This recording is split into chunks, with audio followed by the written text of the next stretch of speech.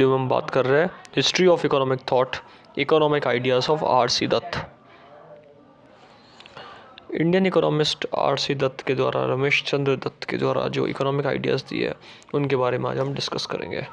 इन्होंने सबसे पहले जो बुक्स लिखी थी, इनकी जो इम्पोर्टेंट बुक थी वो थी economic history of India, famines in India, ये मेन बुक थी। और ये इंडियन नेशनल कांग्रेस के प्रेसिडेंट भी रह चुके हैं 1899 में। According to Dutt, chief reason for poverty and famine were British rule.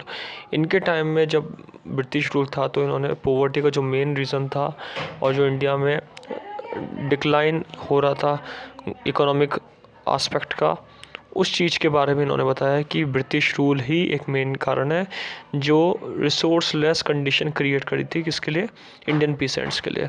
यानी कि इंडियन पीसेंट्स ग्रो करने नहीं कर पा रहे थे लैक ऑफ रिसोर्स के कारण, या जो रिसोर्स मिलते थे उनका प्रॉपर यूज़ ना करने के कारण यहाँ पे एक तरीके से पोवर्टी और फेमाइन यानी कि जो गरीबी थी और जो कंट्री के अंदर एक तरीके से बीमारी या फिर ड्रॉट आना या फिर जो डिज़ास्टर थे, इकोनॉमिकल डिज़ास्टर जिससे इकोनॉमिक कंडीशन ख़राब हो रही थी मनी से रिलेटेड,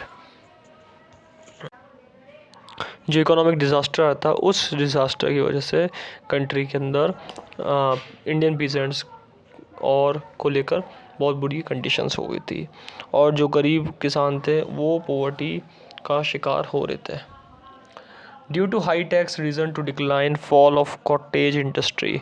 अगर देखा जाए कॉटेज इंडस्ट्री का जो यूज़ था वो प्रॉपर्ली नहीं हो पा रहा था, उनसे हाई टैक्स लेते थे।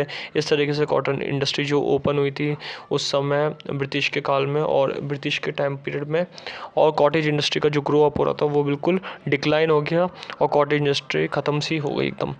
एब्सेंस ऑफ इरीगेशन की कमी, लो प्रोडक्टिविटी वर अफेक्टेड एग्रीकल्चर। इरीगेशन की कमी आ रही थी, प्रोडक्टिविटी अफेक्ट हो रही थी। लो प्रोडक्टिविटी जब हो रही थी इनकम क्रिएट नहीं होती, एम्प्लॉयमेंट ख़त्म हो रहा था। Indian handicraft were unable to face competition of machine made goods. और जो इंडियन हैंडीक्राफ्ट है उनके सामने कंपटीशन के रूप में मशीन मेड गुड आने लग गए, जिससे उनका बहुत तेज़ी से डिक्लाइन हुआ। बहुत तेज़ी से इंडियन हैंडीक्राफ्ट की जो इंडस्ट्री है वो बिल्कुल ख़त्म हो गई। तो बेसिकली इन्होंने उस समय के टाइम के पीरियड के अकॉर्डिंग बता रखा है कि पोवर्टी का मेन रीज़न क्या था इंडिया में और पोवर्टी किस तरीके से बढ़ी थी। और आज के टाइम में भी यही मेन ज़्यादा चीज़ें हैं कि पोवर्टी बढ़ती क्यों है। पोवर्टी इसलिए बढ़ती क्योंकि इन्फ्लेशन रूपी चीज़ें या फिर हाई टैक्स या फिर रिसोर्सेज का प्रॉपर यूज़ ना होना, ये बहुत एक मेन कारण रहता है पोवर्टी को इंक्रीज़ करने में। Selfish and unsound financial administrative, जो फाइनेंशियल एडमिनिस्ट्रेटिव यानी कि इकोनॉमिक एडमिनिस्ट्रेटिव, इकोनॉमी को मेंटेन करने वाले, फाइनेंस को मेंटेन करने वाले जो डिपार्टमेंट है वो सारे यहाँ पे प्रॉपर्ली वर्क नहीं कर पा रहे थे। Selfish and unsound financial administrative policy was follow by Britain के द्वारा चलाया गया था। Near 1/2 of revenue receive in India were remitted out of country. एक तरीके से देखा जाए तो 1.5 जो अर्निंग आती थी वो इंडिया से, वो सारा अपनी कंट्री में बेचते थे ब्रिटेन के अंदर। तो ये एक मेन कारण है इंडिया के अंदर उस समय पोवर्टी का।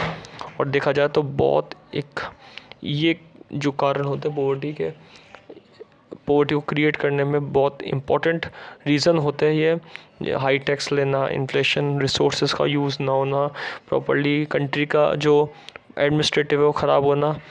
अब इसकी इन्होंने रेमेडीज़ बता रखी है कि इसकी रेमेडीज़ क्या है, मतलब इसको कैसे सॉल्व करा गया उस समय। उसका मैं इन्होंने रेमेडीज़ बताई इस चीज़ की कि इस तरीके से इस चीज़ को सॉल्व कर सकता है। Indian cottage industry should be revive for solving problem of unemployment. Indian cottage industry का ग्रो अप करना, तेज़ी से वापस से उनको सेटअप करना, इससे सबसे पहले होगी ख़त्म अनएम्प्लॉयमेंट की, जो अनएम्प्लॉयमेंट की प्रॉब्लम है वो ख़त्म होगी। लैंड टैक्स का रिड्यूस, यानी कि लैंड टैक्स कम लिया जाए। Indian revenue should be large spend in India, जो भी भारत का पैसा है वो भारत के अंदर स्पेंड करा जाए, इंडिया के अंदर स्पेंड करा जाए, विदेश में नहीं जाए।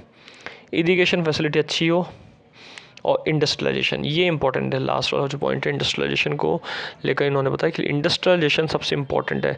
अगर इंडस्ट्रियलाइजेशन नहीं होगा कंट्री में तो यहाँ पे अनएम्प्लॉयमेंट रूपी जो बीमारी है, डिजीज़ है, वो इंक्रीज़ होगी। एम्प्लॉयमेंट नहीं होगा तो पॉवर्टी आएगी ही आएगी। तो ये वाला जो पॉइंट है वो एक इम्पॉर्टेंट रूप में बताया गया है इनके द्वारा। ये 5 रेमिडीज़ ये ऐसी बताई गई है जो ये बताती है कि किस तरीके से पॉवर्टी को कम करा जाए।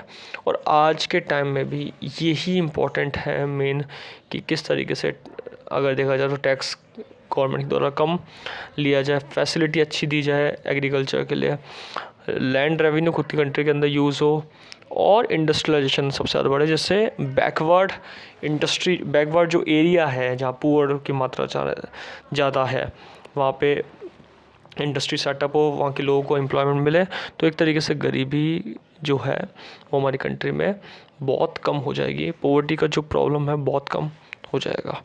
तो ये एक आस्पेक्ट इन्होंने बताया उस टाइम को लेकर, और इनके जो आस्पेक्ट है वो आज भी एक तरीके से वैलिड है, माने जाते हैं कि पॉवर्टी को किस तरीके से कम करा जाए उसके आइडिया इनकी थ्योरी में देखा गया है।